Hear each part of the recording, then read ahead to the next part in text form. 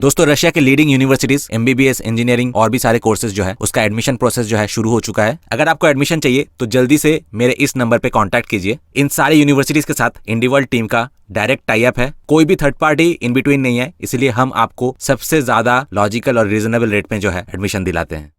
Hello guys, welcome to individual entertainment. तो आज का जो वीडियो है इसमें हम इंडिया के जो growing number of tourist to other countries है इसके बारे में बात करेंगे। तो इंडिया से एक मेजर पोर्शन ऑफ टूरिस्ट बाहर जा रहे हैं और सिंगापुर एक ऐसा डेस्टिनेशन है जहां इंडियंस जा रहे हैं और उसी पर सिंगापुर मीडिया का ये रिपोर्ट है। वैसे टाइटल से तो काफी प्राइड वाली फीलिंग आ रही है कि इंडिया चाइना को टूरिज्म के मामले में काफी पीछे छोड़ देगा, लेकिन मुझे ऐसा लगता है कि दो चीजें हैं जो कि हो रही है। एक तो ये कि इंडिया से काफी सारे टूरिस्ट बाहर जा रहे हैं विदेश घूमने और काफी सारे टूरिस्ट बाहर से इंडिया घूमने आ रहे हैं और इससे जो है इकोनॉमिक बैलेंस बना हुआ है। लेकिन अगर कुछ ऐसा है कि सिर्फ इंडियंस ही बाहर घूमने जा रहे हैं और बाहर से कोई इंडिया घूमने नहीं आ रहा है तो एक तरह से ये इंडिया के लिए लॉस ही होगा और ये अनफॉर्चुनेट बात भी है, क्योंकि इंडिया में घूमने के लिए काफी सारे ब्यूटीफुल प्लेसेस है, जैसे कि अंडमान निकोबार और नॉर्थ ईस्ट और ईस्ट वेस्ट नॉर्थ साउथ हर जगह काफी मैग्निफिसेंट ब्यूटीफुल प्लेसेस भी है और नेचर ने इंडिया को काफी सारी खूबसूरती दे रखी है। लेकिन हम उस खूबसूरती को काफी अच्छे तरीके से लोगों के सामने ला नहीं पाते हैं और न ही हम मार्केटिंग करते हैं। और काफी सारे लोग हैं जिन्हें इस बारे में पता भी नहीं है, जो कि इंडिया से बाहर घूमने जा रहे हैं, मगर उन्हें यही नहीं पता कि इंडिया में भी ऐसे काफी सारे प्लेसेस हैं जो कि काफी मैग्निफिसेंट है और इंडिया की तरह बेटर और ब्यूटीफुल प्लेसेस उन्हें बाहर कहीं नहीं मिलेंगे। लेकिन अनफॉर्चुनेटली उन्हें इंडिया में रहकर इंडिया के ही डेस्टिनेशंस के बारे में नहीं पता है। लेकिन आजकल हमारा मीडिया डिजिटल है और वो अपने टूरिज्म को मार्केट करते हैं। पहले तो मुझे इनक्रेडिबल इंडिया का एक एडवर्टाइजमेंट दिखता भी था, लेकिन अब वो एडवर्टाइजमेंट भी मुझे नहीं दिखता है। लेकिन ऐसे इनिशिएटिव्स और भी बनाने चाहिए और इसके लिए हमें दो चीजों का काफी ख्याल रखना होगा। एक तो मार्केटिंग और दूसरा ये कि इंडिया में जो डेस्टिनेशंस हैं वो काफी सेफ हो, ताकि जो टूरिस्ट इंडिया घूमने आए वो सेफली और काफी कंफर्टेबली यहाँ घूम सके। और ये सिर्फ फिजिकल अटैक के बारे में ही नहीं है, और भी काफी सारी ऐसी चीजें हैं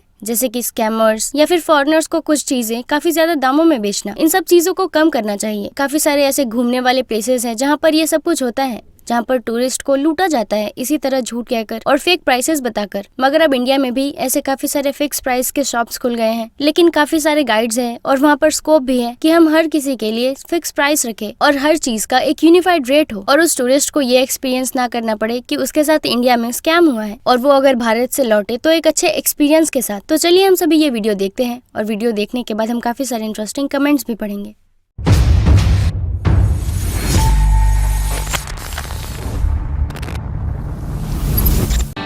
इंडियन ट्रैवल इन्फ्लुएंसर जिनाली सितारी और उनके फ्रेंड मालोव जवेरी ने पिछले साल अप्रैल में सिंगापुर विजिट किया। ये एक बिजी ट्रैवल ईयर का हिस्सा था जिसमें लग्जरी कंटेंट क्रिएटर्स को 4 अलग अलग कॉन्टिनेंट्स में हॉलिडे डेस्टिनेशन पर जाते देखा। कंसल्टेंसी आईपीके इंटरनेशनल इंडिया के अकॉर्डिंग 2022 में अब्रॉड ट्रैवल करने वाले कुछ 10 मिलियन इंडियंस में से पिछले साल पिछली बार एशिया की सबसे ज्यादा आउटबाउंड ट्रैवल वॉल्यूम उत्पन्न हुई।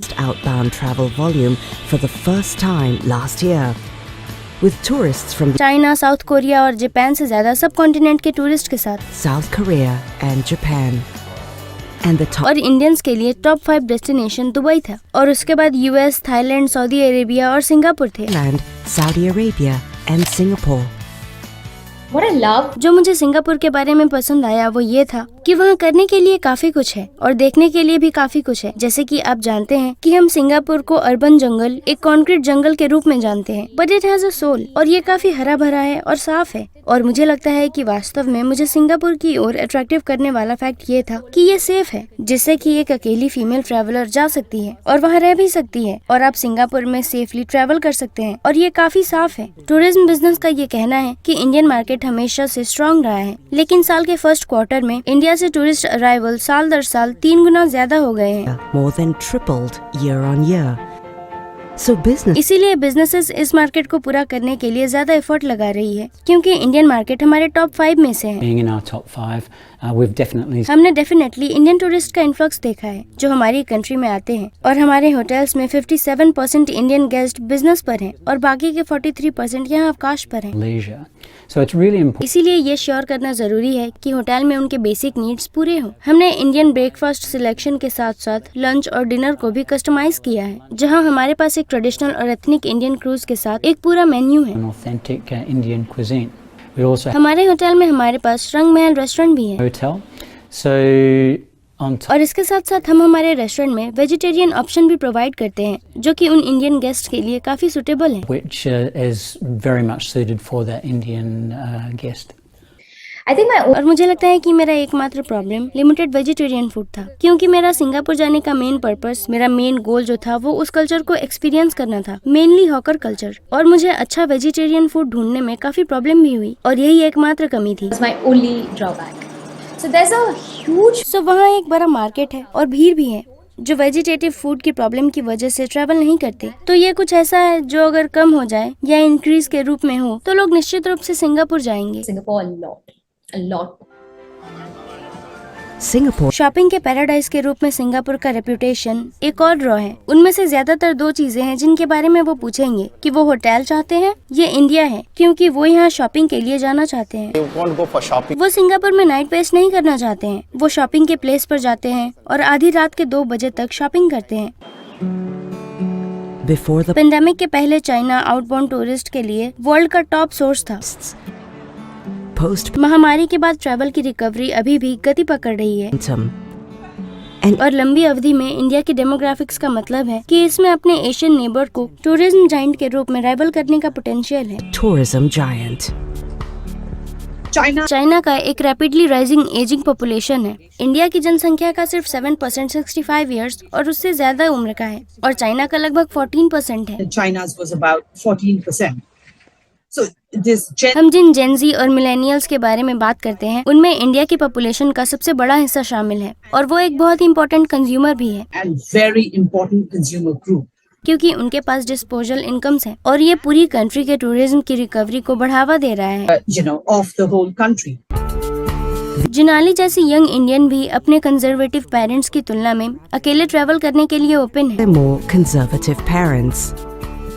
The back इंडिया में बैकपैकर कल्चर काफी बढ़ गया है और मुझे लगता है कि ये और ज्यादा सेफ बन गया है और हम सभी एक ऐसे कल्चर से आते हैं जहां हम सभी अपने पेरेंट्स के साथ रहते हैं still live with our parents. और आप जानते हैं कि हमें अभी भी अपने पेरेंट्स से परमिशन लेनी पड़ती है और पेरेंट्स आज भी हमें अकेले ट्रैवल करने देने के लिए रेडी नहीं होते हैं। तो ये जो चीजें हैं ये धीरे धीरे बदल रही है और हम ये देख रहे हैं, इसमें बस थोड़ा टाइम लगेगा, लेकिन हम ऑफ कोर्स यूरोपियन और अमेरिकन बैकपैकिंग कल्चर को इंडिया में आते हुए देखेंगे और फॉर श्योर ऐसा होगा। For sure.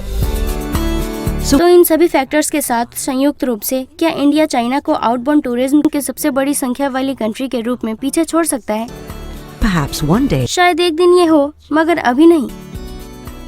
I would मैं ये नहीं कहूंगी कि इंडिया चाइना से 3 साल या 4 साल में आगे निकल जाएगा, लेकिन ये एक ग्रेजुअल प्रोसेस होगा क्योंकि आप ये जानते हैं कि इंडियन जेनजी और मिलेनियल और यंग पॉपुलेशन एक सर्टेन एज पर पहुंचते हैं और वो ट्रैवल करना चाहते हैं। population reach a certain age, they would want to travel more. और ऑफ कोर्स ऐसा होने के लिए जो मैंने कहा कि कंट्री को इंडिया के साथ और ओपन रहने की जरूरत है। उन्हें ये श्योर करना चाहिए कि हवाई किराए को कम करने की जरूरत है और कनेक्टिविटी बनाने की जरूरत है और मुझे लगता है कि हम उन्हें बहुत जल्द पार कर लेंगे। आई थिंक इंडियन काफी ज्यादा ट्रैवल करते हैं।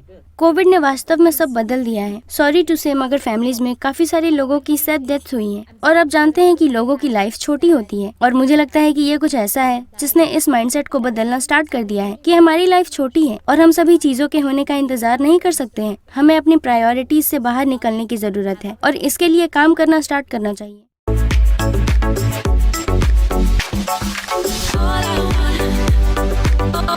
मनीष ने कमेंट किया है, मेडिकल टूरिज्म के साथ इंडिया सबसे सस्ता है। शायद इन्हें ये नहीं पता कि इंडियंस ने फॉरेन ट्रिप्स पर कितना ज्यादा खर्चा किया है पिछले साल। करंट फाइनेंशियल ईयर में इंडियंस द्वारा फॉरेन ट्रिप्स पर टोटल $6.9 बिलियन खर्च किया गया है। अगला कमेंट है टाई का। इन्होंने कमेंट किया है, आई एग्री, सिंगापुर में रेस्टोरेंट के मेन्यूज में वेज फूड नहीं मिलते हैं। रिसेंटली अब्रॉड टूरिज्म में काफी राइज हुआ है और काफी सारे लोग दूसरी कंट्रीज में जाते हैं और आजकल तो ये ट्रेंड है और काफी सारे ऐसे इन्फ्लुएंसर्स और भी हैं जो कि ट्रैवल करते हैं और व्लॉग्स वगैरह बनाते हैं और खासकर इंडियन इन्फ्लुएंसर्स और इंडिया की आने वाली यंग जनरेशन इन सब में ज्यादा इंटरेस्टेड है। तो ऑब्वियसली फ्यूचर में वो सभी फॉरेन ट्रिप्स में ज्यादा इंटरेस्टेड होंगे। मगर काफी सारे लोग ऐसे भी हैं जो इंडिया की आंतरिक खूबसूरती के बारे में नहीं जानते हैं कि इंडिया में काफी सारे ऐसे प्लेसेस हैं जिनके बारे में हम शायद जानते भी ना हो। वैसे जगहों पर ट्रिप पर जाना कितना ज्यादा खूबसूरत और कितना ज्यादा अच्छा एक्सपीरियंस होगा, मगर शायद आजकल की जनरेशन के लोग इंडिया की अपनी खूबसूरती को अच्छी तरीके से समझ नहीं पाए हैं। अगला कमेंट है NMEW का। इन्होंने कमेंट किया है, मैं बीजिंग के टूर पर गया था और फिर ट्रैवलर्स में से 2 इंडियन ट्रैवलर्स थे जब टूर ऑर्गेनाइजर हमें एक रेस्टोरेंट में ले गया तो इंडियंस पहले से ही अपना वेज फूड लेकर आए थे। इंडियंस अपने शौक के साथ साथ अपने कल्चर को भी अपने साथ लेकर घूमते हैं और यही तो इंडिया की ग्रेटनेस है। मगर जो लोग बाहर से यहाँ इंडिया आते हैं उन्हें इंडिया में किसी चीज के लिए प्रॉब्लम नहीं होती है। उन्हें सब कुछ यहाँ पर काफी आसानी से अवेलेबल मिलता है। लाइक अगर वो वेज फूड हो या नॉन वेज हो या कोई भी ऐसी चीज हो, इंडिया में जितने भी टूरिस्ट आते हैं वो हमेशा इंडिया के बारे में अच्छा ही कहते हैं। और मैंने काफी सारे ऐसे फॉरेनर्स को देखा है जो कि इंडिया में ट्रैवल करने के बाद काफी सारी ऐसी बातें कहते हैं कि उन्हें इंडिया इतना पसंद आता है और इंडिया में जिस तरह के प्लेसेस हैं ऐसे प्लेसेस उन्होंने कभी कहीं नहीं देखे हैं। और काफी सारे ऐसे हॉलीवुड एक्टर्स भी हैं जिन्हें इंडिया काफी ज्यादा पसंद है। और उन हॉलीवुड एक्टर्स में से एक जो काफी ज्यादा फेमस है वो क्रिस हेम्सवर्थ है और उन्हें इंडिया इतना ज्यादा पसंद है कि उन्होंने अपनी बेटी तक का नाम भी इंडिया हेम्सवर्थ रखा है। अगला कमेंट है चॉप श्रिक डिश का। इन्होंने कमेंट किया है, मैं चाइना में रहता हूँ, कोविड के लिए सॉरी, यहाँ सब कुछ मिजरेबल है लेकिन कोई कंप्लेन करने की हिम्मत नहीं करता है। मुझे आश्चर्य है कि हम हमेशा इंडिया के लिए ऑब्सेस्ड क्यों रहते हैं। ये भी एक फैक्ट है कि कोविड के बाद काफी सारे लोग ऐसे हैं जो कि चाइना जाने का नाम नहीं लेते और उन्हें चाइना के नाम से ही डर लगता है और वो वहाँ जाने की हिम्मत कभी नहीं करना चाहेंगे। अब अगला कमेंट है आशीष शवांत का। इन्होंने कमेंट किया है, डेफिनेटली वेजिटेरियन फूड और साफ रेस्टोरेंट अवेलेबिलिटी मेरे लिए ट्रैवल करने के मामले में सबसे बड़ा कंसर्न है। अब काफी सारे लोग जो कि प्योर वेजिटेरियन होते हैं उन्हें फॉरेन ट्रिप्स में जाकर वेज खाने को लेकर काफी प्रॉब्लम्स होती हैं। वैसे उन्हें इंडिया में तो इस तरह की कोई भी प्रॉब्लम फेस नहीं करनी पड़ती होगी। अगला कमेंट है घुंगरू गंगतेज का। इन्होंने कमेंट किया है, 10 मिलियन इंडियन ने अकेले 2022 में $12 बिलियन खर्च कर विदेश यात्रा की, जिनमें से ज्यादातर USA, Vietnam, Indonesia, Europe, Dubai, Turkey, Japan, Korea, Australia गए। कम्युनिस्ट चाइना और हांगकांग, मकाओ और सिंगापुर जैसे चाइनीज सैटेलाइट स्टेट्स को ज्यादातर इंडियंस ने 2022 में अवॉइड ही किया था, स्पेशली जहां चाइनीज डोमिनेट है या चाइनीज कल्चर और रिफ्लेक्सेस डोमिनेट है। इंडियंस घातक जेनेटिक या लैब ओरिजिन रेस्पिरेटरी वायरस से भयभीत थे। एशिया में Japan, Indonesia, Vietnam top draws थे। तीनों कंट्रीज में चाइनीज और एंटी चाइनीज राइट्स के रिच हिस्ट्री के साथ स्ट्रॉन्ग एंटी चाइनीज सेंटिमेंट है। अगला कमेंट है होलागो मंके का। इन्होंने कमेंट किया है, अगले 10 साल में ऑस्ट्रेलिया में चाइनीज टूरिस्ट की जगह इंडियन टूरिस्ट 10 गुना बढ़ जाएंगे और यहाँ तक कि इंडियन टूरिस्ट जो होते हैं वो काफी ज्यादा फ्रेंडली होते हैं और उनकी इंग्लिश काफी बेटर भी होती है और वो स्मार्ट होते हैं और ज्यादातर इंडियंस ऑस्ट्रेलिया क्रिकेट या हॉकी के ट्रिप्स के लिए ही जाते हैं। इंडियंस इन्हीं सब में ज्यादा इंटरेस्टेड होते हैं। अगला कमेंट है LV9657 का। इन्होंने कमेंट किया है, श्योर इंडिया चाइना को पीछे छोड़ देगा। भविष्यवाणी की गई है कि 500 मिलियन से ज्यादा इंडियंस वेकेशन के लिए पूरी दुनिया में यात्रा करेंगे और ये वर्ल्ड के इकोनॉमिक ग्रोथ का इंजन होगा। ब्रावो, इंडिया हमेशा नंबर 1 है। और चाइना का क्या? अगर भारत ये दावा करता है कि वो 3 है तो चाइना ये दावा करने की हिम्मत नहीं करेगा कि वो नंबर 2 या 1 है। अगला कमेंट है ऐश्वर्य बर्शन का। इन्होंने कमेंट किया है, मेरी मोस्ट फेवरेट कंट्री दुबई है क्योंकि वहाँ आधे से ज्यादा इंडियंस हैं। अगला कमेंट है इंडिया सुपर क्लीन का। इन्होंने कमेंट किया है, सर मेरा भारत एक सुपर पावर है, हमारे पास बेटर इंफ्रास्ट्रक्चर और हाई स्पीड रेलवे है। चाइना अभी भी पुअर और जेलस है, इसीलिए मैं काफी लकी हूँ कि मैं सुपर पावर इंडिया में रहता हूँ। The cleanest country in the world. हम कभी स्कैम नहीं करते और हम सभी वुमेन को रिस्पेक्ट देते हैं और वो रात में सेफली अकेले वॉक कर सकती हैं और हमारे पास हर जगह क्लीन फूड और टॉयलेट है। मैं ये जानता हूँ कि काफी सारे गरीब लोग सुपर रिच इंडिया से जलते हैं। अगला कमेंट है डिजी गर्ल का। इन्होंने कमेंट किया है, मुझे लगता है कि कई इंडियंस को वेजिटेरियन खाने के लिए आहार संबंधी जरूरतें होती हैं। ऐसा नहीं है कि वो अपनी इच्छा अनुसार कहीं भी ट्रैवल कर सकते हैं। कुछ कंट्री वीगन फ्रेंडली नहीं है। काफी सारी ऐसी कंट्रीज हैं जहाँ पर वेज खाना ढूंढना काफी रेयर होता है, मगर इंडिया में फूड को लेकर कभी कोई प्रॉब्लम होती ही नहीं है। यहाँ कोई भी टूरिस्ट आता है वो यहाँ के खाने की तो तारीफ करता ही है, प्लस वो यहाँ के पुराने इंफ्रास्ट्रक्चर वगैरह और जो पुरानी बिल्डिंग्स और काफी सारे पुराने टेम्पल्स होते हैं उनकी भी तारीफ काफी ज्यादा करते हैं और वो कहते हैं कि उन्होंने इससे ज्यादा यूनिक प्लेस कभी नहीं देखा। और वो ये भी कहते हैं कि इंडिया एक मिरेकल का भंडार है। अगला कमेंट है डेविल का। इन्होंने कमेंट किया है, इंडिया पहले ही साउथ पैसिफिक आइलैंड पर कंट्रोल में चाइना से आगे निकल गया है और इंडिया दुनिया में हर जगह चाइनीज से आगे निकल गया है और दुनिया को आजकल सिर्फ इंडिया टाउन की जरूरत है। लोगों को लॉजिकल फैक्ट्स पर ध्यान देने की जरूरत है कि इंडिया एक यंग एज पॉपुलेशन है और चाइना की तुलना में इसकी पॉपुलेशन काफी ज्यादा है और चाइना की पॉपुलेशन काफी ओल्ड एजिंग है। और वैसे भी पैंडेमिक के बाद से चाइनीज गवर्नमेंट ने 40+ कंट्रीज में ट्रैवल पर बैन लगा दिया है और अब चाइनीज लोगों के लिए पैंडेमिक से पहले की तरह अब्रॉड घूमना फ्री नहीं रहा। तो आज के इस वीडियो में इतना ही, मिलते हैं अगले वीडियो में। Thank you.